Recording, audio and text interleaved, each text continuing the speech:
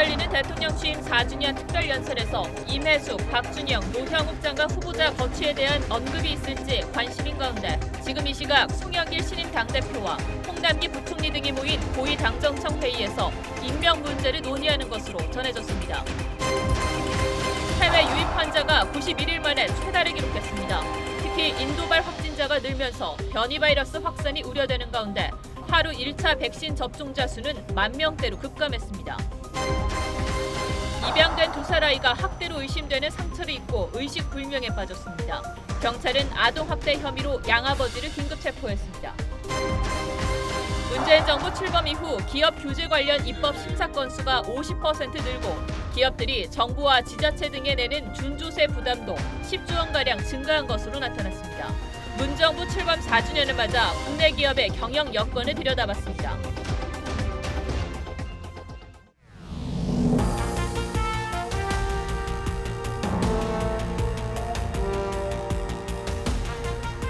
시청자 여러분 안녕하십니까? 뉴스7의 김명우입니다. 내일은 문재인 대통령이 취임한 지 4주년이 되는 날입니다. 특별연설에 기자회견까지 예정돼 있는데 당장 책상 앞엔 임혜숙, 박준영, 노형욱 새 장관 후보자의 거취 문제가 놓여 있습니다. 그동안 장관 임명은 청와대 의지대로 한 경향이 뚜렷했는데 현재 여권의 분위기는 과거와는 달라 보입니다. 마침 지금 이 시각 고위 당정청 회의가 진행되고 있습니다. 여기서 어느 정도 결론이 날 거란 전망도 있습니다. 먼저 회의가 열리고 있는 현장 연결하고 곧이어 정치부 취재기자와 여권 분위기 좀 더 알아보겠습니다. 자, 권은영 기자, 아무래도 후보자 3명의 거취 문제에 관심이 갈 수밖에 없어요. 네, 지금 이곳 삼청동 총리공관에선 조금 전 오후 6시부터 고위 당정청 회의가 진행되고 있습니다. 민주당 송영길 대표가 취임 후 처음으로 참석을 했는데 3명의 장관 후보자를 놓고 민주당과 청와대의 고민이 깊은 만큼 이들의 거취 문제가 주요 현안 중 하나로 논의될 것으로 보입니다. 송 대표가 강조해온 당 주도 당청 관계의 첫 시험대란 평가도 있습니다. 특히 가족 동반 출장 의혹이 제기된 임혜숙 과기부 장관 후보자와 배우자의 도자기 반입 논란을 겪은 박준영 해수부 장관 후보자의 경우 둘 중 한 명은 내려놓지 않겠냐는 전망도 조심스럽게 나오는 상황입니다. 권은영 기자, 언제쯤 결론이 날 것 같습니까? 네, 일단 청문경과 보고서를 대통령에게 송부하는 시한이 내일까지인 만큼 당정청 모두 신중한 반응을 보이고 있습니다. 청와대는 10일까지는 국회 시간이고 공은 국회에 있다는 입장을 유지하고 있지만 내일 오전 문 대통령의 취임 4주년 특별연설과 기자회견을 앞두고 오늘 밤 늦게라도 부담을 더는 방식의 결론이 날 거란 관측도 있습니다. 야권이 이들 세 후보자의 지명 철회 여부와 김부겸 총리 후보자 인준 표결을 연결시킬 경우 여권으로선 더욱 부담이 될 수밖에 없는 상황입니다. 지금까지 총리공관 앞에서 TV조선 권은영입니다. 네, 정치부 최지훈 기자와 조금 더 얘기 나눠보겠습니다. 최 기자, 과거에는 어떤 비판이 있어도 청와대가 장관을 임명했던 것으로 기억을 하거든요. 그런데 지금 당정청 회의에서 장관 임명 논의를 한다는 게 생소합니다. 네, 맞습니다. 이 장관 인사는 후보를 지명하는 청와대와 또 자격을 검토하는 국회 간의 논의 사항이라서 정부 요인이 참석하는 당정청 회의의 주요 의제는 아닙니다. 네. 이 다만 조국 법무장관 임명 논란 때 고위 당정청 관계자들이 이례적으로 조찬 모임까지 열었던 것처럼 이번 역시 그 정도의 중대 사안으로 인식되는 듯한 분위기입니다. 아무래도 재보궐선거 참패 이후에 여론을 의식한다고 보면 되겠습니까? 네, 저희도 취재 전화를 많이 돌려봤는데요. 네. 이 정부와 당 지도부 관계자 다수가 오히려 기자의 생각은 어떠느냐 이렇게 물을 정도로 다각도의 의견 수렴을 하는 모습이었습니다. 이 송영길 대표도 지역을 돌면서 민심을 청취했다고 하고요. 이 다만 송 대표 측은 임명권자는 결국 대통령이기 때문에 한 명을 콕 집어서 지명 철회를 요구하는 식은 아닐 것이다. 이렇게 말을 했습니다. 네, 콕 집지는 않을 거다. 네. 최 기자, 이제 내일 문재인 대통령 취임 4주년 특별연설이 오전에 있습니다. 근데 이 일정이 결정의 변수가 될까요? 네, 그런 관측들이 조금씩 나오고 있는데요. 이 대통령의 부담을 덜기 위해서 오늘 밤이나 내일 오전 일찍 후보자의 자진 사퇴 혹은 또 전격적인 지명 철회 발표가 이뤄질 수도 있다. 이런 관측들이 조심스럽게 나오고 있습니다. 네. 이 역대 단 한 번이죠. 문재인 대통령의 장관 후보자 지명 철회가 있었을 때도 당시에 김일겸 대변인의 흑석동 부동산 투기 논란 그리고 또 4.3 재보궐선거 등 이 주변 상황들을 의식했던 결단이었다. 이런 말들이 있었습니다. 네. 이 임기 말 취임 4주년 특별 연설이 국정 과제나 또 대통령의 구상보다는 인사 실책으로 더 부각이 되는 이 상황 또한 청와대와 여당 모두 반기지 않을 것으로 보입니다. 지금 정치권에서 나오는 얘기가 이제 3명 후보자 가운데 일부는 낙마할 가능성이 있다 이런 얘기가 나오는 거잖아요. 예. 그런데 그 3명 중에서 가장 낙마 압박을 받는 사람이 누굴까요? 현재 시점으로 봤을 때 민주당에서는 민주당 의원들 얘기를 들어보면 특히 이 박준영, 임혜숙 이 두 후보자를 놓고 고민이 깊은 것 같습니다. 예. 특히 이 임 후보자의 경우에는 아파트 다운 계약, 또 위장 전입, 가정 동반 외유성 출장 등 이 의혹과 논란들이 많지만 보기 드문 또 여성 후보라는 점이 있고요.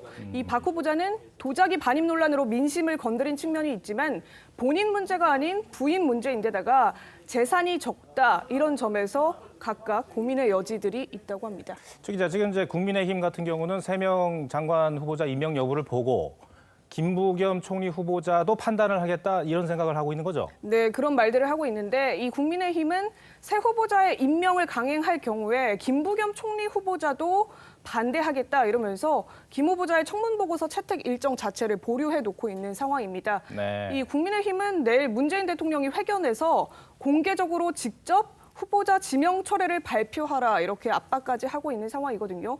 그런데 임명을 강행하면 이 야당으로서는 정부 여당의 오만과 독선 또 철회를 할 경우에는 무능한 인사검증 시스템 이 문제를 놓고 야당의 비판 공세가 더욱더 커질 것으로 보입니다. 네. 최지연 기자 오늘 설명 잘 들었습니다. 네. 야권 움직임도 알아보겠습니다. 국민의힘에선 당대표에 도전하는 주자들이 속속 출사표를 던지면서 당권 레이스에 속도가 붙고 있습니다. 내일 주호영 전 원내대표가 공식 출마 선언을 하는데 이른바 영남당 논란을 피하기 어려워 보입니다. 이태희 기자입니다. 내일 당권 도전을 선언하는 주호영 의원은 혁신과 통합으로 정권을 교체하겠다는 의지를 강조할 계획이라고 했습니다. 울산 지역구의 김기현 원내대표 선출 이후 비영남 당대표가 필요하다는 이른바 영남당 논란은 지역주의 프레임일 뿐이라며 선을 그었습니다. 하지만 당내 일부에선 원내대표 시절 상임위원장을 여당에 모두 빼앗기는 등 협상력에 한계를 보였다는 지적도 적지 않습니다. 당대표 도전을 고민 중인 나경원 전 의원은 중원을 점령하라는 취지로 나서달라는 요청이 많다고 말했습니다. 중원이란 표현 자체가 비영남권을 강조하는 의지로 해석되는데 중도 확장성엔 한계를 보일 수 있다는 우려가 여전합니다. 초선 당대표에 도전한 김웅 의원은 외부에 기대려 한다는 비판을 받고 있는데 지금 우리 대선에 승리를 위해서 필요하면 바짓가랑이라도 붙잡아야죠. 누구든지. 무소속 홍준표 의원은 일찍 핀 꽃은 일찍 시든다며 좀 더 공부하고 내공을 쌓으라고 했습니다. 윤석열 전 총장 영입에 대한 해법도 큰 변수가 되고 있습니다. 당내 기반이 없기 때문에 보완된 경선 틀, 또 경선 룰 이런 걸 만들어서 배려해 줄 필요가 있다. 당대표 후보들의 장단점이 이미 어느 정도 드러난 만큼 결국 각자의 약점을 어떻게 극복하느냐가 당권 초반 판세를 가를 전망입니다. TV조선 이태희입니다. 김호수 검찰총장 후보자가 로펌에 취업해 최대 2,900만 원의 월급을 받은 것으로 나타났습니다. 김 후보자는 정당한 자문료였다고 해명했습니다. 하지만 법조계 일각에선 법무부 재임 시절 전관 특혜를 비판해온 김 후보자의 처신을 비판하는 목소리도 나오고 있습니다. 백연상 기자입니다. 김호수 검찰총장 후보자가 지난해 4월 법무부 차관에서 물러난 뒤 고문 변호사로 취업했던 법무법인입니다. 김 후보자는 지난해 4개월간 월 1,900만 원을, 이듬해 4개월간 월 2,900만 원씩을 받았다며 국세청에 소득 신고를 했습니다. 김 후보자 측은 정상적인 자문계약에 따라 업무를 수행한 뒤 받은 보수라고 했습니다. 법무법인 내 다른 변호사들과 공동으로 사건을 맡아 받은 자문료이기 때문에 정관 예우는 아니다고도 덧붙였습니다. 하지만 어떤 사건을 맡았는지는 답변하지 않았습니다. 김 후보자는 2019년 법무부 장관 직무대행 신분으로 참석한 국회 토론회에서 정관 예우를 정관 특혜라고 지칭하며 헌법의 근간인 법치주의를 무너뜨릴 수 있다고 강조했었습니다. 법조계 일각에선 복잡한 사건을 맡아 해결했다면 법무법인에서 월 1억을 줘도 이상할 게 없지만 정관 신분이었던 만큼 본인 이름으로 사건을 맡았다면 선임계를 내고 변론한 사건이 무엇인지 밝히는 게 우선이라는 지적도 나왔습니다. TV조선 백현상입니다. 공수처가 검사 비위 사건을 경찰에 넘겨 수사하는 방안을 검토하고 있습니다. 우선 경찰에 검사 비위 사건을 맡겨 수사가 끝나면 기소 여부만 공수처가 판단하겠다는 겁니다. 검찰 안팎에선 직접 수사하지 않고 사건을 다른 기관에 맡길 거면 공수처는 왜 존재하나? 이런 비판도 나옵니다. 한송원 기자입니다. 고위공직자 범죄수사처가 검사 관련 비위 사건 수사를 경찰에 맡기는 방안을 검토하는 이유는 수사 인력 부족 때문입니다. 공수처 출범 이후 지금까지 접수된 사건 중 40%가 검사 관련 비위 사건일 정도로 비중이 높은 점도 한몫했습니다. 400여 건을 직접 수사할 여력이 없으니 일단 경찰로 넘긴 뒤 기소 여부만 판단하겠다는 겁니다. 검찰 안팎에선 공수처가 경찰에 사건을 보낼 수는 있지만 수사가 마무리되길 기다렸다가 공수처가 기소 여부를 결정하겠다는 건 형사소송법 위반이라는 지적도 나왔습니다. 대검찰청의 한 관계자는 일단 경찰로 이첩했으면 경찰 사건으로 봐야 한다며 다른 사정기관이 수사한 것을 공수처가 기소 여부만 판단하겠다는 건 법 어디에도 나와 있지 않다고 했습니다. 공수처가 경찰로 사건을 보냈다 할지라도 여전히 공수처 사건으로 볼지 더 이상 공수처 사건이 아니라고 볼지 중요한 대목이 되는 거죠. 공수처가 검찰과 경찰이 참여하는 협의체 구성 방안까지 꺼냈지만 조건부 이첩 적법성을 둘러싼 진통은 당분간 계속될 것으로 보입니다. TV조선 한송원입니다. 주말 영향으로 국내 코로나 확진자는 하루 만에 500명대로 떨어졌습니다. 정부는 오늘까지 2주 동안 이어진 특별 방역 점검 주간을 연장하지 않기로 결정했습니다. 하지만 인도발 확진자가 늘어나면서 해외 변이 확산 우려는 커지고 있습니다. 유지현 기자입니다. 지난 7일 새벽 인도에서 우리 교민들이 특별 기편으로 귀국하는 모습입니다. 4일에 이어 이날 2차로 귀국한 204명 가운데 9명이 양성 판정을 받았습니다. 다른 나라를 경유한 7명을 포함해 인도발 확진자는 어제 하루만 12명. 이 영향으로 해외 유입 확진자는 42명 늘어 지난 2월 초 이후 가장 많았습니다. 외국인의 입국 금지를 하기보다는 현재와 같이 내외국인 막론하고 14일간의 격리를 하고 하루 확진자가 40만 명을 넘는 인도에선 오늘 오전에도 3차로 한국 기업 관계자 160여 명이 귀국했습니다. 국내에서도 교회와 직장, 모임 등을 통해 집단 감염이 이어지고 외국인 근로자 연쇄 감염 등 지역사회 변이 감염 확산도 우려되는 상황입니다.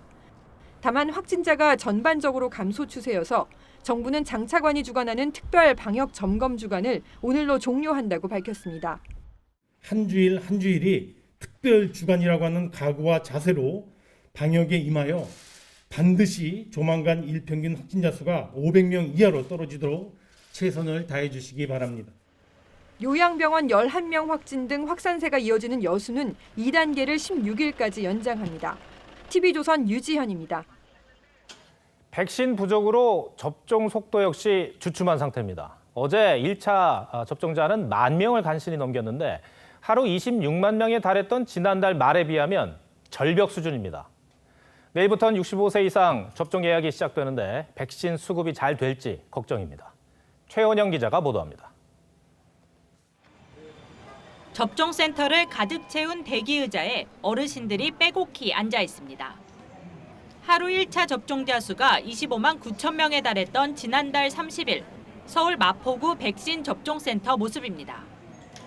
하지만 백신 수급 부족으로 일주일 만에 신규 접종자 수는 10,000명대로 뚝 떨어졌습니다. 지금은 오히려 확보 물량을 늘리려고 하는 노력보다는 최대한 계획대로 차근차근 신속하게 예방접종을 실시하는 게 중요한 국면입니다. 내일부터는 65세부터 69세의 아스트라제네카 백신 접종 예약이 시작됩니다. 질병관리청 콜센터 1339 또는 지자체를 통한 전화와 방문 예약이 가능하고 모바일과 인터넷으로는 24시간 자녀 등의 대리 예약도 가능합니다. 6일부터 시작된 70세 이상 예약률은 26.2%로 집계됐습니다.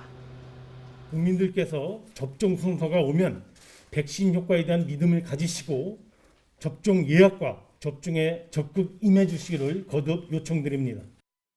관건은 백신 수급인데 11월 집단 면역 전망엔 응답자 90%가 회의적이고 정부의 관련 정책은 100점 만점에 55.3점이라는 조사 결과도 나왔습니다. 아스트라제네카 백신은 다음 주 14일부터 3주 동안 순차적으로 총 723만 회분이 들어오는데 충분한 물량이 확보되기 전까지는 지금처럼 일자 접종은 제한적일 수밖에 없습니다. TV조선 최은영입니다. 백신 지식 재산권을 두고 국제사회 갑론을박이 이어지고 있습니다. 이유 국가들은 백신 이기주의란 지적을 받는 미국을 향해 남는 물량을 수출할 생각부터 하라고 목소리를 높이고 있습니다. 송무빈 기자입니다. 이틀간 열린 유럽연합 정상회의. 백신 지식재산권을 없애자는 미국의 주장에 앞뒤가 바뀌었다며 퇴짜를 놨습니다. 미국이 백신 수출을 막고 있는 점을 거론하며 수출을 허용하는 게 먼저라고 주장했습니다. La clé pour produire plus vite des vaccins pour tous les pays pauvres ou à revenus intermédiaires, c'est de produire plus. Levez les interdictions à l'export. Levez-les. 지재권을 풀어도 백신의 품질이 보장되지 않으면 아무 소용이 없다는 지적도 나왔습니다. Ich nicht glaube, dass die Freigabe von Patenten die Lösung ist, mehr Menschen Impfstoff zur Verfügung zu stellen. 앞서 앤서니 파우치 미국 전염병 연구소장도 지재권 면제보다는 백신을 더 많이 만들어 직접 개도국에 주는 게 낫다는 입장을 밝혔습니다. 절반에 가까운 성인이 접종을 마친 미국은 백신 수요가 줄고 있습니다. The likelihood that those doses will be wasted is increasing. 5주치 재고가 쌓인 일리노이주는 대부분 지역에서 할당량의 9%만 요청했고 워싱턴주도 주문량을 40%까지 줄였습니다. 백신 지재권 문제가 백신 생산국들의 자국 우선주의까지 도마에 올리고 있습니다. TV조선 송무빈입니다. 아동학대 뉴스가 반복되지 않기를 바랬는데 안타깝게도 또 전해드리기도 했습니다. 2살 아이가 학대로 의심되는 상처를 입고 의식불명에 빠졌습니다. 이 아이는 지난해에 입양된 아이였습니다. 경찰은 아동학대 혐의로 양아버지를 긴급 체포했습니다. 장용옥 기자입니다. 경기도의 한 병원입니다. 어제 오후 6시쯤 30대 부부가 의식불명 상태인 2살 된 A양을 데리고 응급실을 찾았습니다. 의료진은 A양의 뇌출혈을 확인하고 바로 인근 대형 병원으로 A양을 이송했습니다. 동시에 경찰에 학대 의심 신고를 했습니다. A양의 몸 곳곳에서 멍 자국이 발견됐기 때문입니다. 이송된 A양은 뇌수술을 받았지만 아직 의식을 찾지 못한 것으로 전해졌습니다. 경찰은 병원에서 A양의 아버지 B씨를 긴급 체포했습니다. B씨는 경찰 조사에서 A양이 자꾸 칭얼거려 손으로 몇 대 때렸다며 학대 사실을 일부 인정한 것으로 전해졌습니다. 경찰 조사 결과 B씨 부부는 지난해 8월 한 입양 기관을 통해 A양을 입양한 것으로 확인됐습니다. 입양 이후 A양과 관련된 학대 신고는 접수되지 않은 것으로 전해졌습니다. 경찰은 B씨 등이 이전에도 A양을 학대했을 가능성을 열어두고 수사하고 있습니다. TV조선 장용욱입니다. 도로를 달리던 한 차량이 중앙분리대를 들이받아 한 명이 숨지고 4명이 크게 다쳤습니다. 제주와 고흥에서는 물질하던 해녀들이 잇따라 숨지는 일이 발생했습니다. 주말 사건 사고 소식은 오선열 기자가 보도합니다. 검은색 승용차 한 대가 도로 한가운데 멈춰 서 있습니다. 차량 앞부분은 형체를 알아볼 수 없을 정도로 부서졌습니다. 어제 오후 7시 30분쯤 전북 전주의 한 도로에서 승용차 한 대가 중앙분리대를 들이받았습니다. 이 사고로 뒷좌석에 타고 있던 20살 여성 A씨가 숨지고 운전자 등 4명이 크게 다쳤습니다. 가드레일을 충돌하고 차가 전복된 거예요. 음주는 없는 걸로 확인했습니다. 서로 이렇게 지인 관계로 계속 잠수복을 입은 해경이 바닷속으로 뛰어듭니다. 어제 낮 4시쯤 전남 고흥군 등량도 서쪽 해상에서 해삼을 채취하던 해녀 74살 B씨가 실종됐습니다.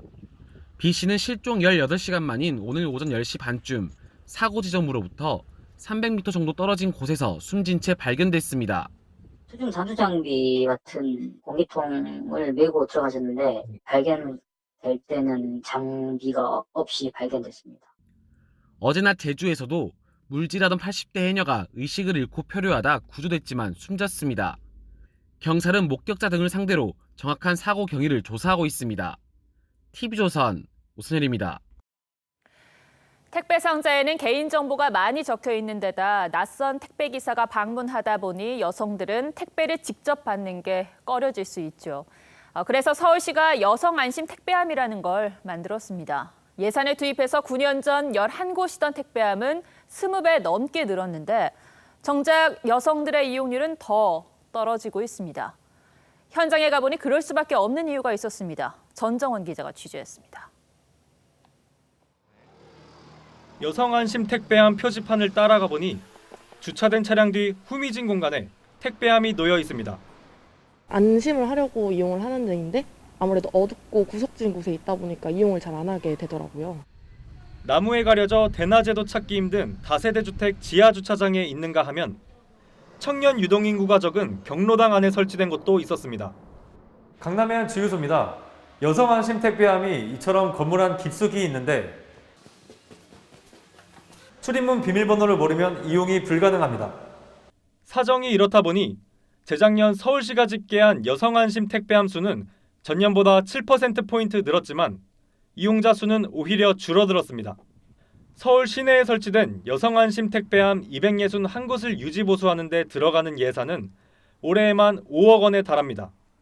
하지만 설치된 택배함 3개 가운데 2개꼴로 텅 비어 있는 상태라 개선이 필요하다는 지적도 나옵니다. 지하철 6사 주변이나 유동인구가 많고 눈에 잘 띄는 곳을 설치 기준으로 내려보내긴 하는데 서울시는 이용률이 낮은 택배함을 재배치하기로 했습니다. TV조선 전정원입니다. 개인정보 유출 논란으로 출시 24일 만에 사라진 AI 채팅 로봇 이루다를 두고 치열한 법정 공방이 예고됐습니다. 당시 개인정보 유출 피해를 입은 소비자들이 손해배상 청구 소송을 냈는데 AI 기술을 사용한 기업의 책임이 어느 수준인지 가늠할 잣대가 될 전망입니다. 윤재민 기자입니다. 첫 재판 날짜도 잡히지 않았지만 법정 밖 공방은 이미 시작됐습니다. 이루다 개발사인 스캐터랩이 선임한 법무법인 태평양과 개인정보 유출 피해자를 대리하는 법무법인 태림 측이 벌써부터 서면 경쟁에 돌입했기 때문입니다. 법무법인 태림은 지난 3월 스캐터랩을 상대로 개인정보 유출 피해자 254명을 모아 2억 원 규모의 손해배상 청구 소송을 냈습니다. 스캐터랩이 연예정보의 이용자 60만여 명의 대화 기록에서 문장 94억여 개를 무단으로 가져다 이루다의 답변 학습에 활용했다며 1인당 80만 원씩 보상하라고 요구한 겁니다. 대화 내용엔 사용자 이름과 직장, 성적 취향 등도 담겨 있었던 것으로 파악됐습니다. 법조계에선 일단 소송을 제기한 소비자 쪽에 유리할 것으로 판단하고 있습니다. 지난달 28일 개인정보보호위원회가 스캐터랩의 과징금 등으로 1억 330만 원을 부과했기 때문입니다. 이에 대해 스캐터랩 측은 문제 소지가 있을 만한 대화는 전체 700만 건 중 3-4건에 불과했다며 반박했습니다. 대형 로펌인 태평양과 IT 소송에 강한 면모를 보여온 태림 간 치열한 법정 공방이 예상됩니다. TV조선 윤재민입니다. 군 장병들의 부실급식 폭로가 이어지면서 장군 180여 명이 서둘러 모여 대책을 내놨죠. 고기 반찬을 10% 늘리겠다는 등의 내용이었습니다. 이렇게 개선을 약속했지만 온라인에는 계란찜 한두 조각뿐인 급식 제보가 계속 이어지고 있습니다. MZ세대 장병들의 부실급식 폭로에 오늘의 포커스를 맞췄습니다. 지난 7일 180여 명의 장군들이 화상으로 집합했습니다. 격리장병 생활여건 보장이란 주제가 걸렸는데 잇따른 급식과 배식 논란에 국방장관이 직접 주요 지휘관과 대책 마련에 나선 겁니다. 국방부 장관으로서 다시 한번 책임을 통감하고 전군 주요 지휘관들과 함께 송구하다는 말씀을 드립니다. 회의 후 발표된 대책의 핵심은 하루 8,790원 기본 급식비를 내년부터 고등학생 수준인 1만 500원으로 올리고 격리 장병에게 돼지, 닭, 오리 등 고기 반찬을 10% 늘리겠다는 결정이었죠. 참치캔, 곰탕, 짜장, 카레소스 등 비상부식과 컵라면 등 정식을 대체식으로 적극 활용. 그런데 군 당국의 이런 발표에도 장병들의 온라인 제보는 계속 이어집니다. 군수지원사령부 소속 병사란 한 네티즌은 브로콜리 하나에 삶은 쭈꾸미 몇 조각, 초고추장만 담긴 식판 사진을 공개했고 39사단 예하부대의 아침 식단이라고 올라온 제보 사진엔 밥과 김치, 계란찜 한두 조각만 보입니다. 격리장병 부실급식 논란에 배식을 몰아주다 보니 일반 병사들이 역으로 피해를 보게 되는 악순환이 이어진다는 지적이 나옵니다. 부모 세대의 마음은 편할 수가 없습니다. 이 급식 문제 같은 경우는 우리 의식주 중에 가장 기본적인 거잖아요. 부모로서 많이 걱정이 되죠. 물론 부실급식은 큰 문제지만 부대 내부 사정을 낱낱이 폭로하는 세태가 군 전체 사기엔 그리 바람직하지 않다는 지적도 있겠죠. 한 개의 부대의 문제가 스마트폰으로 인해서 이렇게 확대 해석이 돼서 이렇게 일이 좀 논란이 된 것 같습니다. 몇 안 되는 사례만으로 일부 장병과 언론이 이를 키운다는 군 간부들의 불만도 있습니다. 병사들에게 스마트폰 사용이 전면 허용되면서 이런 현상이 반복될 거란 우려도 있지만 투명한 예산 활용으로 급식의 질을 높일 수 있는 근본적 대책이 먼저란 지적이 설득을 얻고 있습니다. 핸드폰 사용을 위한 소모적인 논쟁이 지속된다면 군 내부의 어떤 갈등이 증폭되기 때문에 바람직하지 않다고 이렇게 생각합니다. 나폴레옹은 군대는 잘 먹어야 진격한다고 했죠. 작전 실패는 용서해도 배식 실패는 용서가 안 된다는 말처럼 군이 급식 문화와 더불어 세대 갈등까지 봉합할 수 있을지. 뉴스7 포커스였습니다. 네, 도지코인의 아버지를 자처했던 테슬라 CEO 일론 머스크가 오늘 미국의 한 방송에 출연했습니다. 출연 소식에 800원대까지 급등했던 코인 가격은 출연 이후 500원대까지 떨어지면서 그야말로 롤러코스터 그래프를 그렸습니다. 도지코인을 지지하는 발언을 했는데도 말입니다. 경제 논리로는 도저히 설명이 안 되는 이런 상황이 반복되니 투자자들은 피해를 보고 혼란에 빠질 수밖에 없습니다. 이정현 기자입니다. 테슬라 CEO 일론 머스크가 미국 방송에 출연한 영상입니다. 머스크는 이 자리에서 도지코인은 미래의 화폐, 도지코인의 아버지로 불러달라고 하는 등 여러 차례 도지코인을 언급했습니다. 도지코인이 사기냐는 진행자의 질문엔 그렇다는 의외의 답을 내놨습니다. 하지만 이날 도지코인 가격은 폭락했습니다. 800원대까지 치솟았던 도지코인은 방송 직전부터 가격이 빠지기 시작해 우리 시간 오후 4시쯤 500원대로 급락했습니다. 하루 만에 25% 떨어진 겁니다. 추가 상승 기대감이 꺾이면서 투자자들이 차익 실현에 나섰다는 분석입니다. 트위터로 도지코인을 띄웠던 머스크가 지난달 28일 방송 출연을 알린 이후에만 해도 도지코인은 2배 넘게 급등했습니다. 결국 뒤늦게 뛰어든 투자자들만 피해를 봤다는 평가가 나옵니다. 시세가 머스크에 좌지우지되는 머스크 리스크가 당분간 이어질 거란 우려도 제기됩니다. 장난처럼 발행된 도지코인은 발행 물량에도 제한이 없어 내재적 가치가 없다는 평가가 나오지만 올해에만 2만% 올랐습니다. 전체 시장에 대한 신뢰도도 굉장히 낮아질 수 있거든요. 알트코인의 급등락 같은 경우는 일반 투자자들이 좀 피해를 볼 수 있다는 거. 이번 사태가 코인을 안전자산으로 볼 수 없다는 걸 보여준 거라는 지적도 나옵니다. TV조선 이정현입니다. 뿌연 황사에 갇혔던 하늘이 말갛게 개이면서 오늘 하루 도심 곳곳에는 나들이 객으로 넘쳐났습니다. 우리 일상을 짓누르고 있는 코로나도 궂은 날씨가 개듯 훌훌 터는 날이 오겠죠. 노돌 기자입니다. 누런 황사먼지가 뒤덮였던 하늘이 오늘은 푸르름을 한껏 뽐냅니다. 서너 명씩 짝지어 산길을 오르는 등산객도 부쩍 늘었습니다. 어제는 그 황사 때문에 굉장히 어려웠는데 오늘 갑자기 걷어주는 거 보니까 정말 마음이 뿌듯합니다. 황사가 그치자 산 정상엔 이렇게 등산객들로 붐볐습니다. 전국 17개 시도에 내려졌던 황사 위기경보는 밤사이 해제됐고 미세먼지 농도도 보통 수준으로 내려가면서 도심 곳곳엔 나들이객들로 넘쳐났습니다.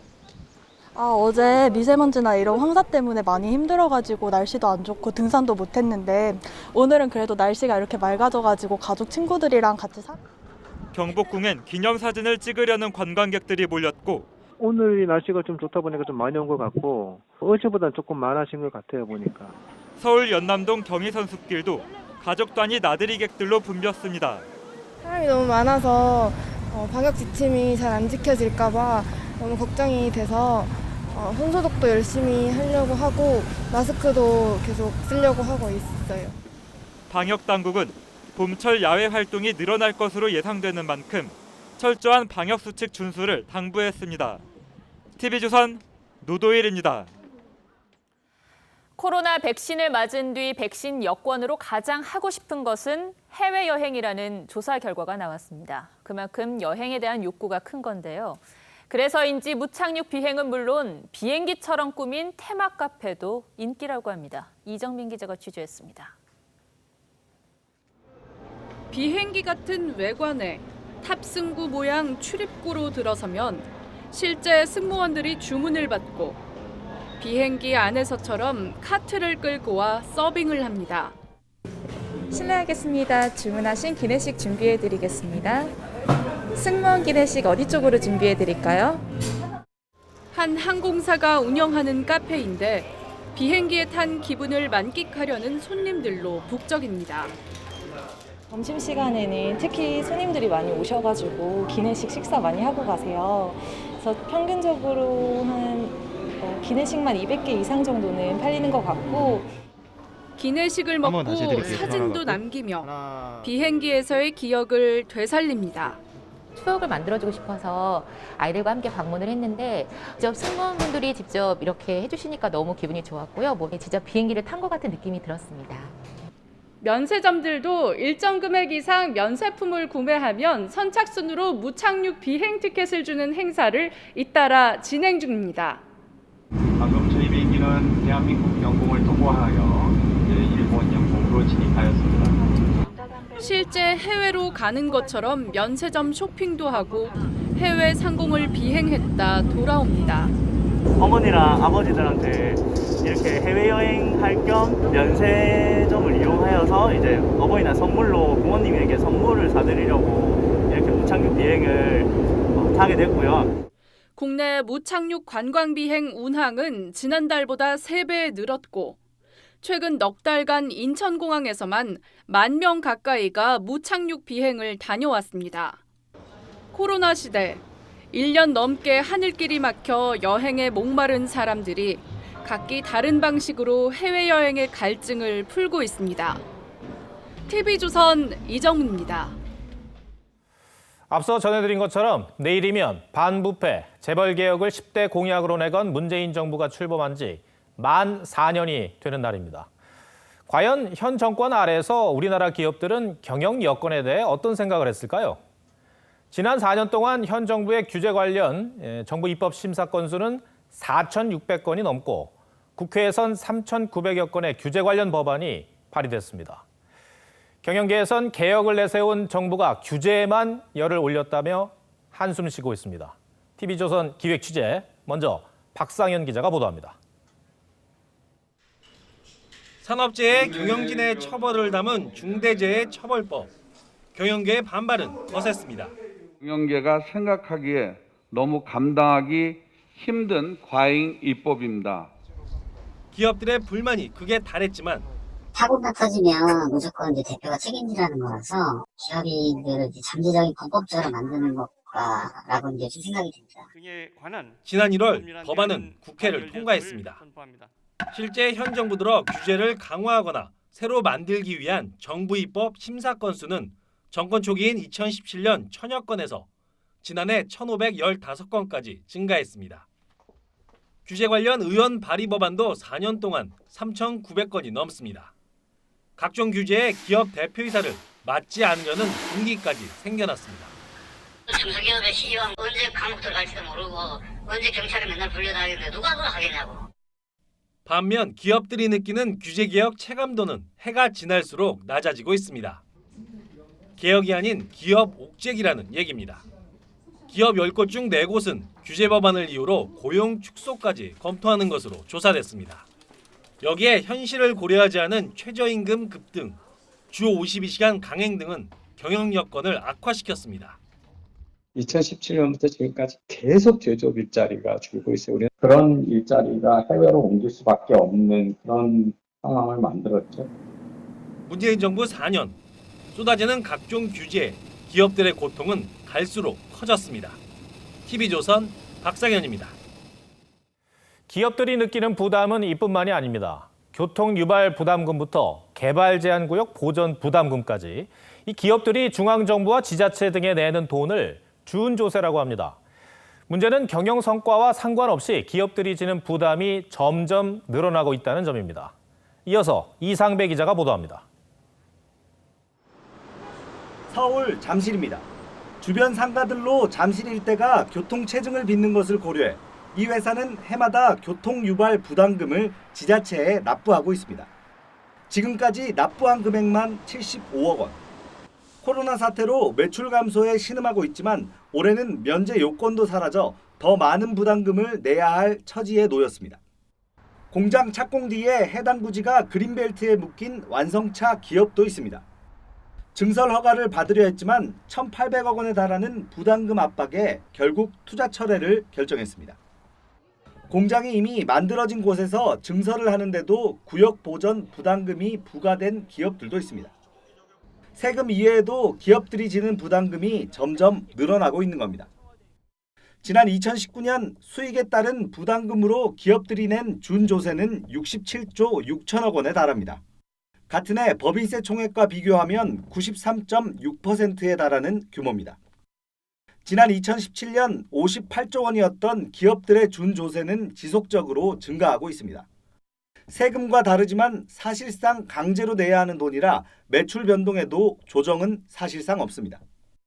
기업이 투자할 자금을 준조세로 내야 되기 때문에 그만큼의 투자 위축 효과가 나타날 수 있고 갈수록 무거워지는 준조세 압박이 기업들의 투자 위축으로 이어질 수 있다고 전문가들은 지적합니다.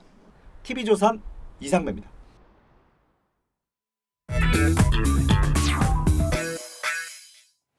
네, 뉴스야 시작하겠습니다. 정치부 서주민 기자 나와 있습니다.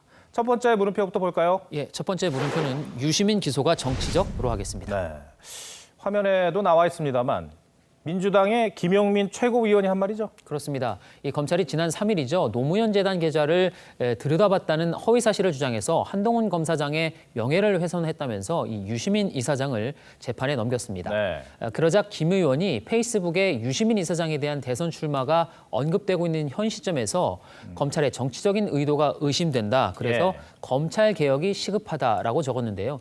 일단 이 유 이사장 본인이 대선 출마 안 한다 이렇게 했었는데 대선 출마를 언급하면서 정치적으로 기소했다는 것도 좀 억지스럽지만 그럼에도 불구하고 김 의원이 왜 저런 주장을 하는지 한번 직접 들어보시죠. 네. 유시민 전 장관 같은 경우에는 금융정보를 통보를 유예 조치를 해놨거든요. 본인이 볼 때는 충분히 의심할 수 있는 정황들이 있어요. 게다가 상대방은 검사, 공무원이죠. 공무원은 그런 비판을 수용해야 될 의무가 있습니다. 김용민 의원 말을 들어보니까 크게 두 가지네요. 한 가지는 유시민 이사장이 그렇게 생각할 만한 이유가 있었다. 두 번째는 한동훈 검사장이 공무원이니까 비판할 수 있다. 이런 거죠? 그렇습니다. 그런데 김 의원이 의심할 만한 정황으로 꼽고 있는 이 거래 정보 사실 제공 통보 유예 조치, 그러니까 수사기관이 이 노무현 재단 계좌를 들여다봤는데도 그 통보를 유예했다는 것, 이 자체가 사실이 아닙니다. 네. 검찰이건 경찰이건 들여다본 적이 없으니까 정보 제공을 유예할 일도 없었던 거죠. 이거는 유 이사장 본인도 인정한 부분입니다. 개인 한동훈이 아니라 검찰 공무원 한동훈을 비판해도 괜찮다. 이 부분은 어떻습니까? 네, 이 법이 공직자에 대한 비판의 개인보다는 더 관대한 거는 맞습니다. 하지만 허위 사실이 분명하거나 악의적인 경우에는 죄가 인정이 됩니다. 네. 고 노무현 전 대통령의 차명 계좌가 있다는 발언을 해서 이 사자 명예훼손으로 징역 8월이 확정된 조현오 전 경찰청장의 사례가 대표적입니다. 게다가 유 이사장의 거짓 주장으로 한 검사장은 이 검찰 조사를 받았고 압수수색 과정에서 폭행도 당했죠. 이후 이 자청까지 당하는 등 상당한 피해를 입었고요. 이 한 검사장은 자신에 대한 수사심의회 이 당일 아침에 일부러 출연해서 실명을 말하는 등 개인을 해코지할 의도가 명백한 이 악의적인 가짜뉴스 유포였다고 말했습니다. 네. 그 당시 한동훈 검사가 있던 반부패 강력부 쪽에서 봤을 가능성이 높다고 판단했고요, 처음부터. 그런데요, 서 기자. 문재인 대통령도 얼마 전에 자신을 비방한 30대를 모욕죄로 고소하지 않았습니까? 아니 물론 취하는 했습니다만. 그래서 이 공직자 비판의 관용을 말하기에는 이 여권이 할 말이 없는 거 아닌가 이런 생각도 좀 들어요. 네, 그래서 참 지겨운 표현이지만 예. 내로남불이라는 지적이 그래서 또 나옵니다. 이 당장 김용민 최고위원 스스로도 자신을 이 조국 똘마니라고 비판했다는 이유로 진중권 전 교수를 명예훼손으로 고소를 했고요. 네. 김 최고위원이 옹호하는 이 조국 전 장관도 허위 비방을 퍼날라서 이 자신의 명예를 훼손했다며 70대 노인을 고소해서 벌금형을 받게 했습니다. 네. 일부 여권 인사들은 본인이 한 행위에 대해서는 돌아보지를 않는 것 같아요. 네. 네. 첫 번째 물음표 정리해 주시죠. 네. 첫 번째 물음표. 네. 유시민 기소가 정치적의 느낌표는 고무줄 잣대 개혁으로 하겠습니다.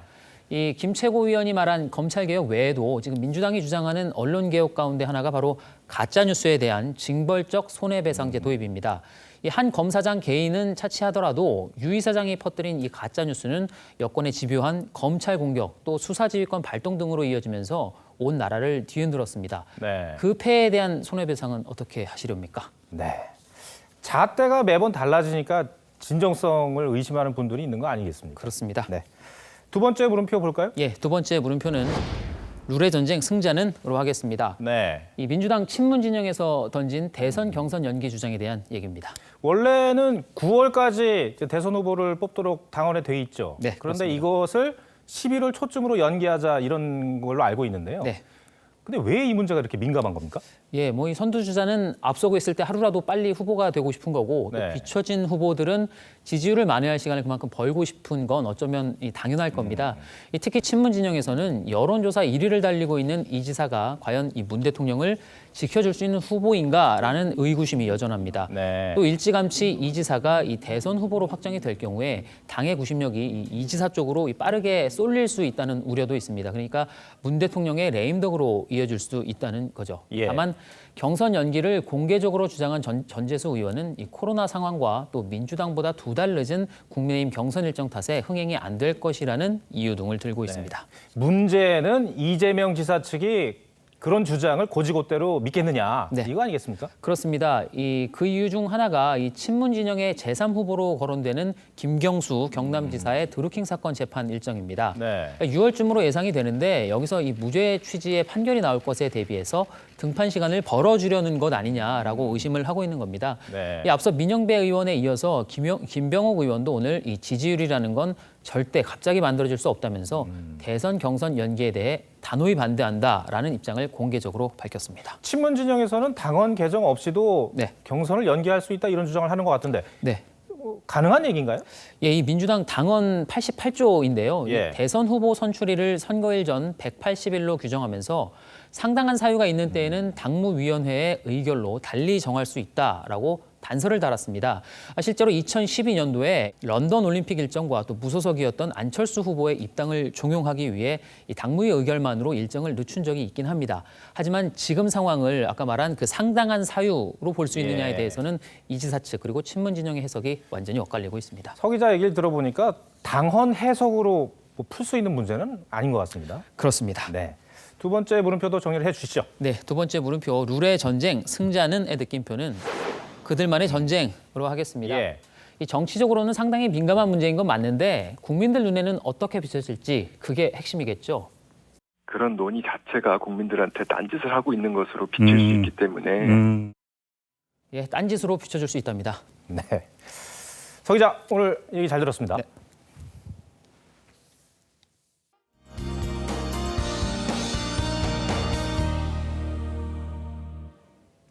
최악의 황사먼지가 물러나고 공기가 깨끗해졌습니다. 육안으로도 그 차이가 확연했죠. 어제까지만 해도 도심이 온통 잿빛이었는데요. 오늘은 이렇게 맑고 파란 하늘이 드러났습니다. 내일도 공기는 깨끗하겠는데요. 다만 비 소식이 있습니다. 내일은 전국 대부분 지역에 비가 내리겠고 충청 이남 지역은 수요일까지 오다 그치다 하겠습니다. 이따 내일 새벽까지의 강수량을 살펴보겠습니다. 딱 봄비 수준이겠는데요. 중부와 경북 지역은 5에서 20, 호남과 경남 지역은 5mm 미만이 되겠습니다. 이렇게 비가 내리면서 기온은 오늘보다 5도 이상 낮겠는데요. 내일 서울의 한낮 기온 16도, 청주 15도, 대구는 20도가 되겠습니다. 내일 반짝 쌀쌀하겠고요. 이후에는 기온이 쑥쑥 오르겠습니다. 특히 다음 주 후반 서울의 한낮 기온은 27도 안팎까지 치솟겠습니다. 날씨였습니다. 쓰고 나면 개안이 되고 인류의 보물이라고까지 상찬한 서예. 작가에게 서체란 삼라만상이었다고 합니다. 한국화의 거장 박대성 화백의 예술 세계를 이해하기엔 너무 어렵던 걸까요? 두 어린 관람객은 1억 원 상당의 작품에 덥석 올라탔고 혼이 쏟아부어졌을 작품은 속절없이 망가졌습니다. 반전은 여기서부터입니다.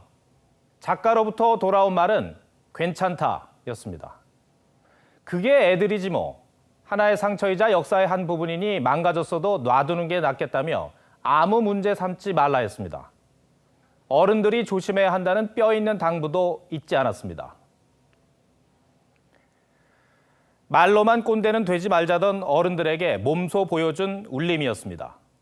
진짜 어른다웠던 거장의 관용은 훼손된 작품에 진가를 더했습니다. 시청해주셔서 고맙습니다.